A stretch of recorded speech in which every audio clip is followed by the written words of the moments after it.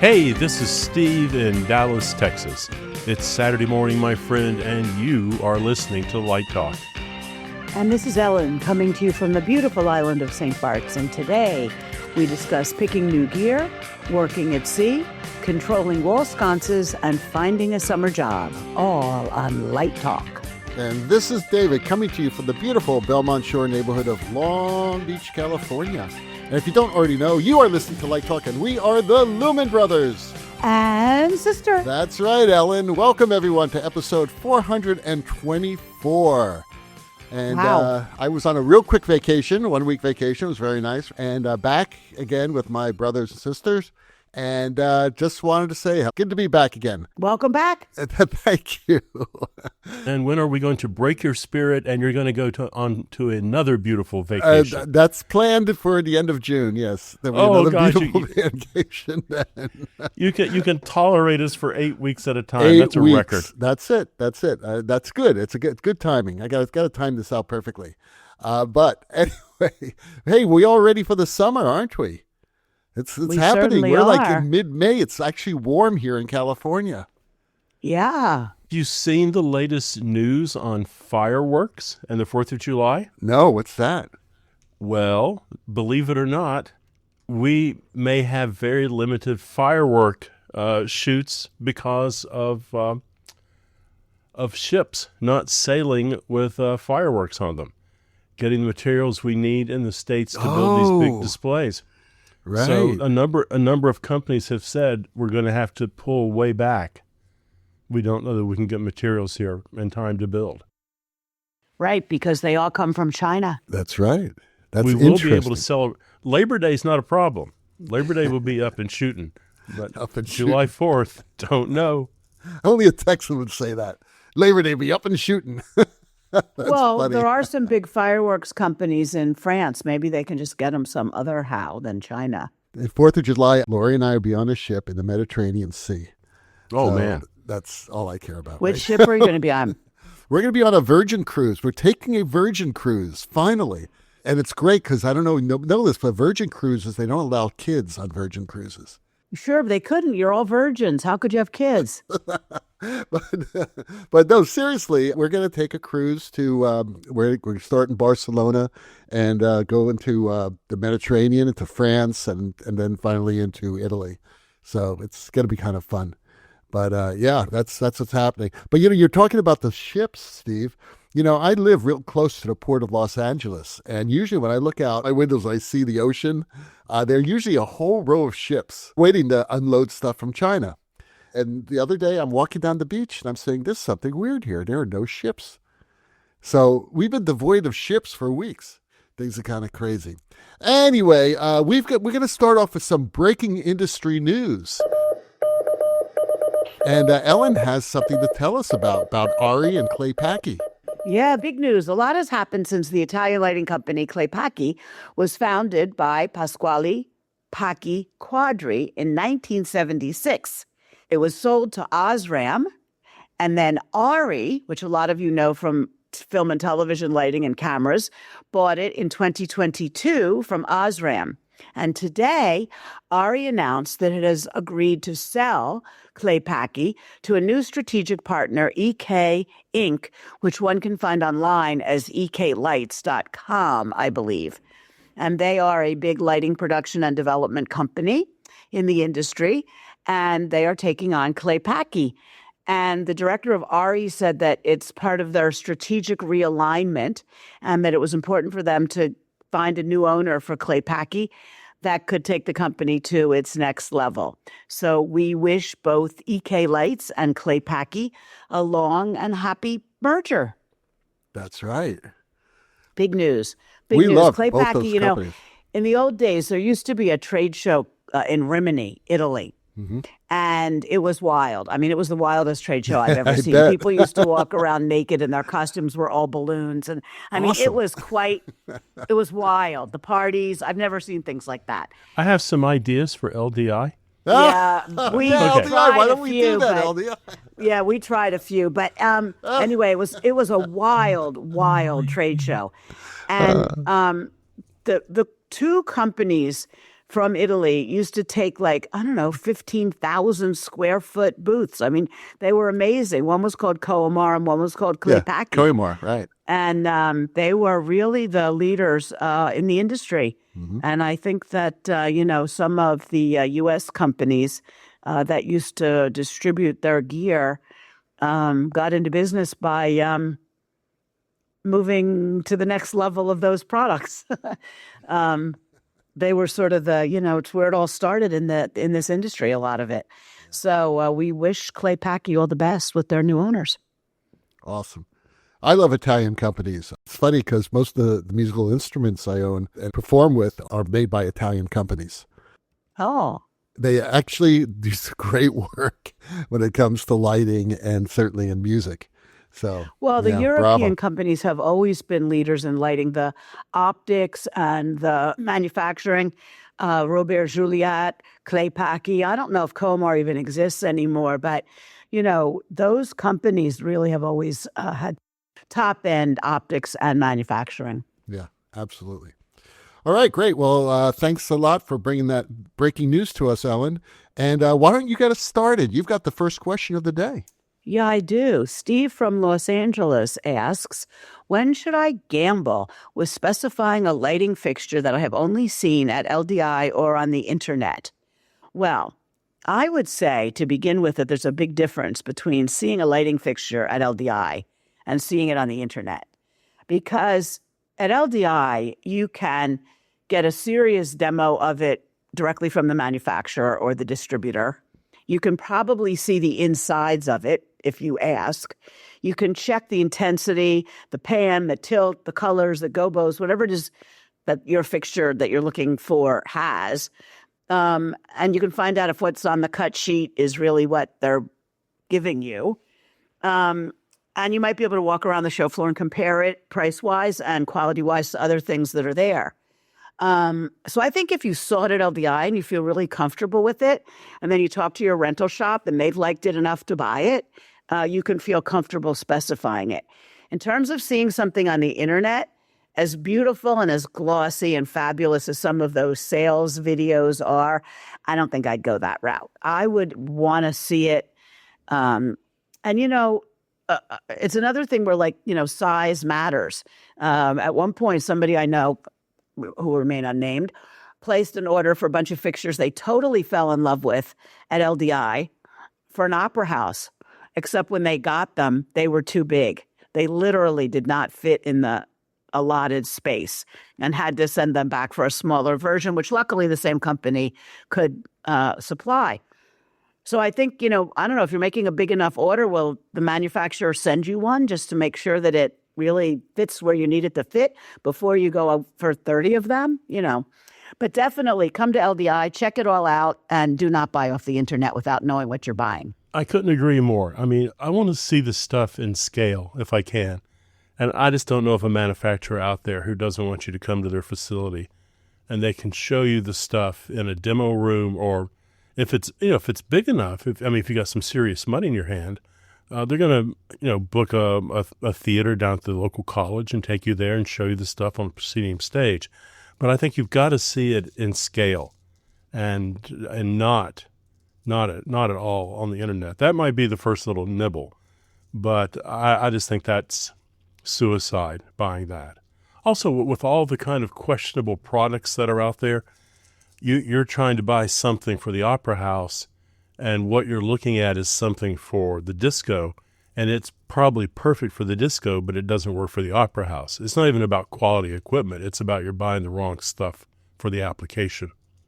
Also, I think it's very difficult to get a sense of color mixing when I'm looking at something on video. I think that's sneaky. I also think it's difficult. I want to hear the thing. I want to see how much noise is coming off of the motors and fans on it. So there's a lot of things that the video is not going to tell you that it's why you test drive a car. You want to see how it accelerates, how it brakes, how it turns. The same thing. I want to see that light spin and come to a stop and not wiggle. I want to see if it can go to the same place 4 times in a row and always hit the same mark. This seems like givens that all lights should do this, but not necessarily. not necessarily when you look at the price point on some stuff. Both of you make such great points. I'm going to take this from another perspective as well, because I agree with everything you've said. And that is, do you guys remember that in the olden days, we used to call lighting fixtures instruments? Remember that? Lighting Sure. instrument? Yeah, right. There's a reason why we called them instruments, because they were the instruments that we used as lighting artists to create art, as a musician will use an instrument to create musical art. So I would I would not purchase an instrument, a lighting instrument, from what I see on the internet without playing it first. So the way you play a lighting instrument is you go, as my brother and sister says, you go there and you check it out. You go to LDI, you get right up close with it. You can see it, you can hear it, you can hear how loud it is. And then you can go up into their room, into the manufacturer's room, and actually play with it. So you could try it out. Because remember, this is the device that you are going to use to express your art. It will not express the art by itself, but you must make sure that that device, that instrument, will do exactly what you want to do as an artist. So that is the most important thing to me. And you can't go wrong by just going to LDI, or, as Ellen and Steve both said, get the manufacturer to send you one, or you go visit them and you actually get hands-on with it. Because it's a make or break thing. Because if you specify a brand new fixture that you've never used before, and they load 30 of them into the theater, and then you're going to create a show with it, if those fixtures are not going to perform as you thought they were going to perform, guess who gets blamed for that? It could be a career-ending move. So you must make sure that whatever you're doing, and this is a reason why I use a lot of times old fixtures, because I know what they do and I'm very comfortable with them. Like if someone gave me a choice of, okay, you can use a bunch of Vipers, or you can use this brand new fixture that you can't touch or go near, and I can show you a video of it, but that's it. I'm sorry, I'm using the Vipers. Even though they may not have all the bells and whistles, I just know what a Viper does. So that's why I play an organ that was built in 1955. There's a reason why I do that. Anyway, so Jenny from Winston-Salem asks, I am looking for a summer job and think that it would be really cool to work on a cruise ship. What is it like to work on a cruise ship as a lighting technician and designer? Well, Jenny, first of all, if you're looking now, you ain't getting on a cruise ship, okay, for this summer. It's almost too late to find a summer job. I mean, Lori and I, Lori has a daughter who's looking for a summer job right now, and she's got a BA from a very reputable university here in Southern California, and it's really difficult. It's really hard to find a job. But let's talk about the cruise ship industry for a second, because a lot of our friends design on cruise ships. I mean, Zach designs on cruise ships. All the people from Lunalux, they do a lot of cruise ships, and I've known a lot of friends who've done cruise ships, and I've had students who've actually worked as lighting technicians on these cruise ships. And if you're going in as a designer, you got to make sure that you pretty much are hooked up with a really good production company, because you don't really want to be under the guise of, your boss should not be the captain, okay, or the cruise director. Even though they have a lot of pull, you want to make sure that you are somewhat insulated. So you belong to a reputable production company like Lunalux, or, the hundreds of others that are out there who produce shows for cruise ships. Now, if you want to work as a technician, then you usually go through the cruise company, and you are a salaried employee of the cruise company. And this is where it can get really dicey, because I've heard horrible horror stories. I mean, really bad horror stories. You got to be very, very careful. So I don't really recommend that. So if you can get involved with the production company, then I think that's really the way to go. And find a production company that actually does cruise ships. Well, on the other hand, I know plenty of people who have worked as technicians on ships, love it, and done it for years. I think the issue is that you're far from home, and depending on how long they want you to sign on for, it could be a 6-month gig.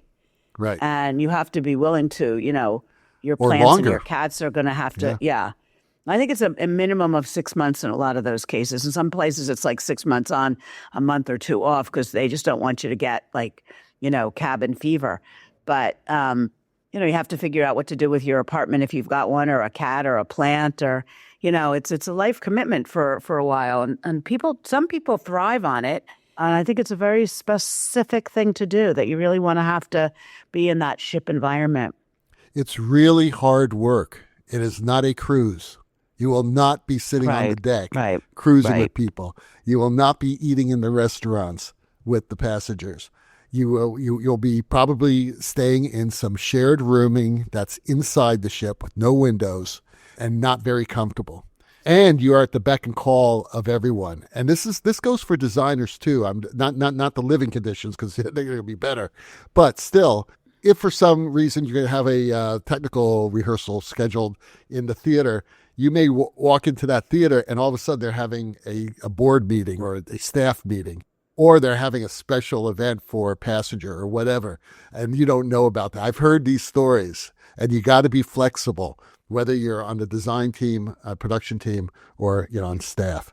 So that happens a lot on cruise ships as well, I know. I've had a couple friends who've done cruise ships as technicians, and the things they've said, you've mentioned the housing is rough because you're usually in a room. You are in a room with a roommate, and it's almost like being on a tour bus.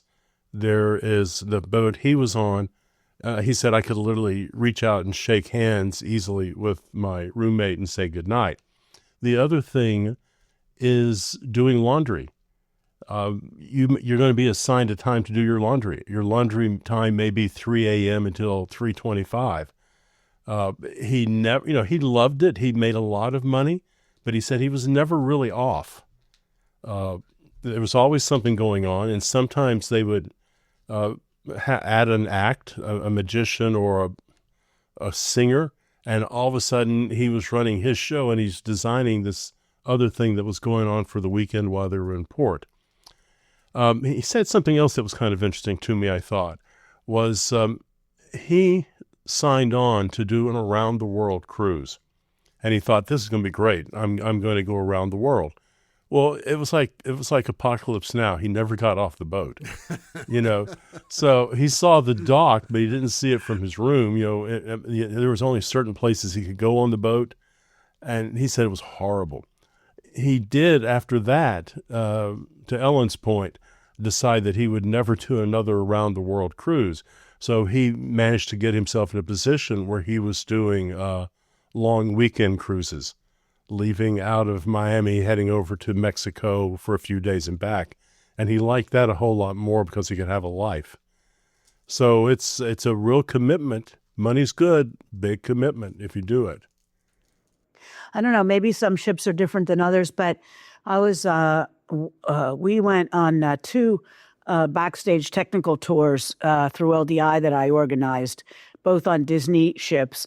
And then I was on Royal Caribbean ships to see a new show and check out a new theater. And those technicians, like they would meet us in the discotheque late at night after their show, and on their night off, they could go party. And I don't know, maybe it varies from company to company. How'd you get those ships to Las Vegas? We didn't. Well, we didn't. Lumen. It was when, it was when LDI was in Orlando, and you just popped on a bus and went over to Port Disney. Well, I think to your point, you also have to do homework about what cruise line you want to work for, and find out what you're getting into. I'm not saying these places are hellholes. I'm saying it's not as exotic as some 19 and 20-year-olds think they might be. Another problem, like if you're the head of lighting, and the console breaks down in the middle of the Atlantic Ocean, it's very hard to get anything sent in there, and sometimes you have to wait till you get to the next port, and hopefully a technician or the replacement console will be waiting for you when you get there. So it's not always easy to get what you need, especially on one of those around the world cruises. It's my understanding that in a more expensive ships, they already have a backup console that I'm shares, sure they do. Which shares with, they have one, but there may be like 5 performance venues that use the same type of console. So they have a backup, one could serve the purpose of all that. But that's only for the best ships. I mean, there's a big difference in cruise companies. Lori and I are doing a lot of cruising now. We absolutely love it. We're having a great time. And we've met a lot of people who work on these ships, either staff or musicians, mostly musicians I've met on these ships. Conductors, who've conducted some of the Broadway shows that are on these crazy ships and stuff like that. So we know a lot about what their lives are like. And usually when you're at that level, it can be a very nice gig. It can be. You're playing all the time. You love playing. You're dealing with the audience, with the people. And for the most part, people on cruises are really nice. They're all there to have a good time. Yeah, it can be great. But when you're talking about, you're a grunt, that's different. You're not out there with the people. You're not dealing with the people. You're not a public figure. You're not, with them. And they treat you kind of differently. And I just would say, go there without blinders on, know what you're doing and take care of yourself. Okay, so you are listening to Light Talk, and today's Light Talk is sponsored by... This is a public service announcement from No More 10 out of 12s. The prologue. Why can't we have nice things? You know the drill. You and your partner have decided to treat yourselves to a night at the theater. You've had hors d'oeuvres, a drink, and now you're cozied up in your 6-row center seats. Yes, you spent a small fortune on the tickets, but it's your anniversary, and hey, the sky's the limit. The house lights dim, the curtain rises, lights up, and Act 1. Excessive talking. Apparently, some audience members believe they've wandered into a group therapy session rather than a live performance. Whispering, side commentary, or full-blown storytelling during a tense, quiet scene? It's like adding a laugh track at a funeral. Spoiler, no one came to hear you deliver the monologue. On to Act 2. Phone use. Ah, yes, the unmistakable glow of a smartphone screen, the modern-day lighthouse, guiding everyone right out of the immersive theatrical experience. Bonus point if your phone rings during a dramatic death scene. Extra bonus if it's a pop hit from 1968. If your Candy Crush score is more important than Act 2, maybe hang out in the lobby. Act 3. Uncomfortable seating. Is this a night at the theater or a callback for Game of Thrones set designers? Some seats feel like they were engineered by people who never sit.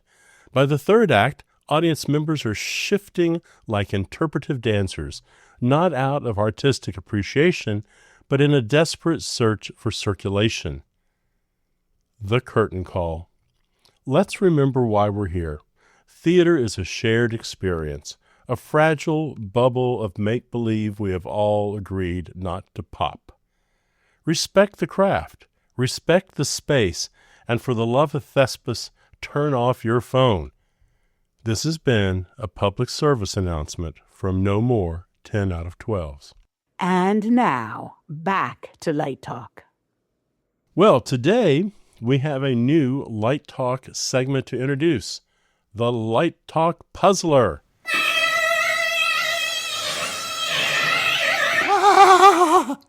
So here we go with this week's puzzler. John is designing a show with a barroom set with 3 practical sconces attached to the back wall, purchased at Home Depot, a simple wall sconce you might see on a front porch.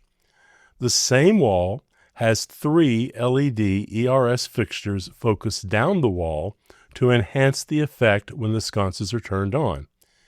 Everything works at lamp check, but when John goes to program and turn on the Three-foot circuit of sconces, a problem comes up.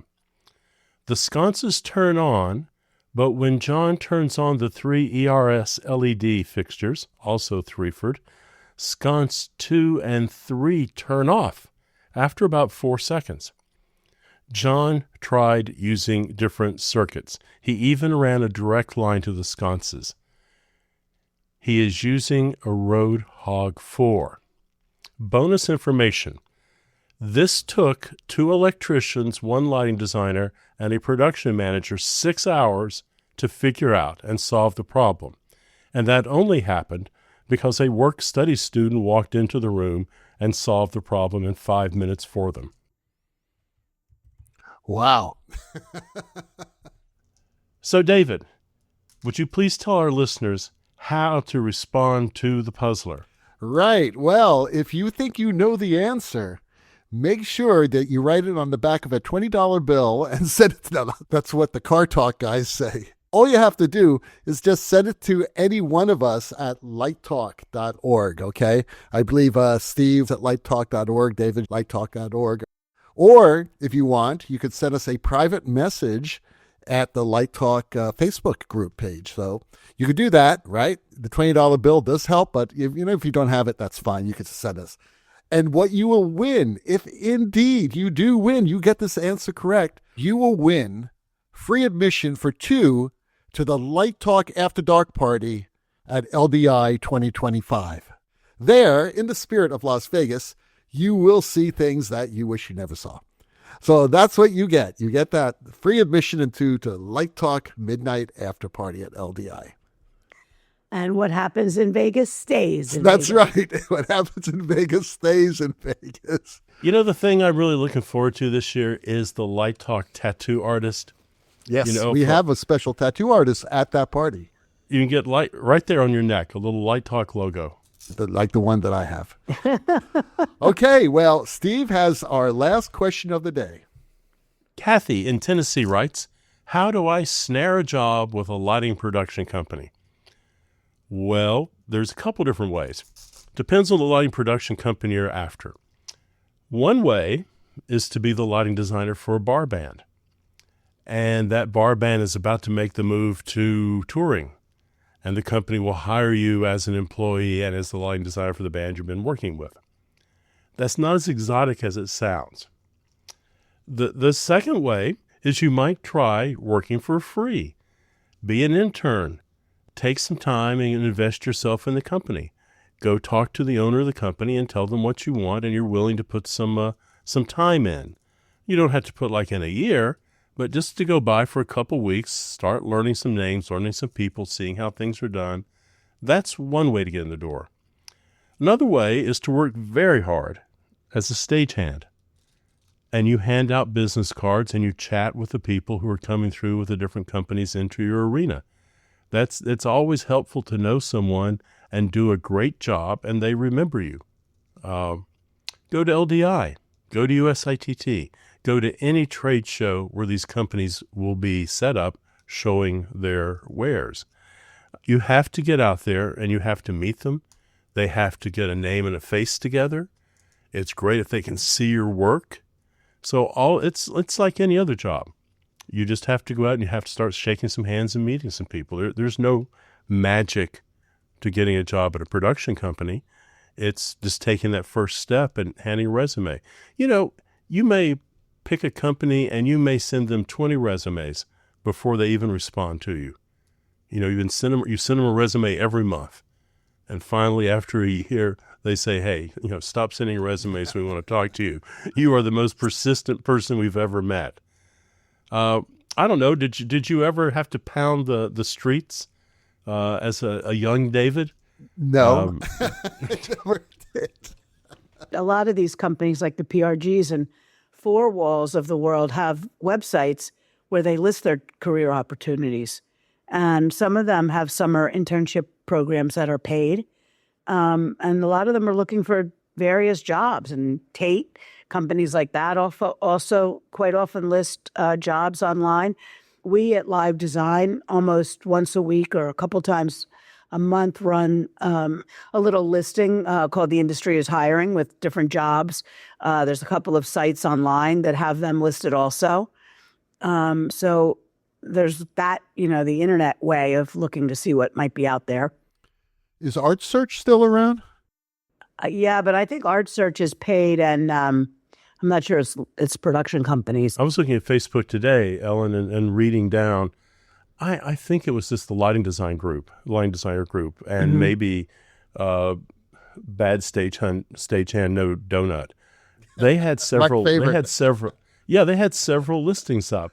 I saw Bandit was looking for someone, I think, in marketing. You know, what Steve says about these Facebook groups, this is a really good way of finding jobs. And we were talking about this earlier, because if you go to these groups, and there are many, and if you just do the search feature and you like put it lighting or entertainment lighting or lighting design or whatever, you'll see like 20 or 30 groups of designers and technicians. Sometimes it's lighting and education, things like that. There are a ton of groups, and you will see there, you know, so every now and then there will be a job listed. I saw something today, I think it was in Everything Stage Lighting, was someone was looking for a designer. He's a programmer looking for a designer for, you know, one of the modern rap artists. And he said, hey, can anybody do this? I need somebody right away. So, you know, these are really good ways of finding gigs. So why not, right? I saw 3 kind of medium-size universities extending their search for lighting designers, still accepting applications in. Also, at LDI this year, we are going to have a career fair, a special area on the show floor with all companies, including a few cruise lines usually, who want to recruit. So there's going to be like a resume doctor and all the companies that are looking to recruit, and hopefully maybe some universities. And it's going to be all 3 days right on the show floor. So people who are looking for jobs. Do you have to sign up for that? No, it's just open on the floor. Well, if you want to recruit, you have to get a table. But Right. if you are just looking for a job, you can wander and see who's there. So That's you great. can get a free pass, go to LDI on the floor, and And get a maybe job. find a job. Yeah, That how cool is so that? awesome. Yeah. Yep. Amazing. I remember when Cirque used to be on LDI, and they were recruiting people. Absolutely.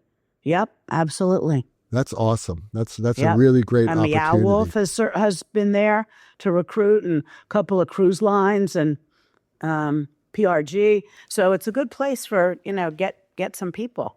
As a matter of fact, the Tao group, which is the nightclub group at all those big hotels in Vegas, Right. recruited 2 kids from LDI. So Yeah. Why not be a part of that? I think Right. that's great. right. So, all right. Well, this is exciting. It's good to be back. That was a really good show, guys. It's good to be with you again. And guess what? It's time to end the show. Well, the rocking sounds of the Luminoids tell us that once again you've spent another morning listening to Light Talk. You can hear our show on just about every podcast site out there. Check out our website at lighttalk.org, and be sure to follow us on Facebook and subscribe to our podcast. That way you will not miss a second of Light Talk insanity. No guarantee is offered regarding the accuracy of any statements or opinions made on this podcast. However, If you do decide to litigate, you will be dealing with me, Snoot, from the Snoot Group. And you don't want to with me, because I will make your life unbearably miserable as I drain the retirement funds from these Lumen bozos. Light Talk, written and produced by the Lumen Brothers and Sister, coming to you from Long Beach, St. Bart's, and the Lone Star State. And be sure to join us next week when we talk about more lighting shenanigans and serve you more of our casserole of nonsense. Light Talk, broadcasting questionable Lumen knowledge and humor around the world. So we'll see you all next Saturday morning. Bye-bye from Light Talk. Bye-bye.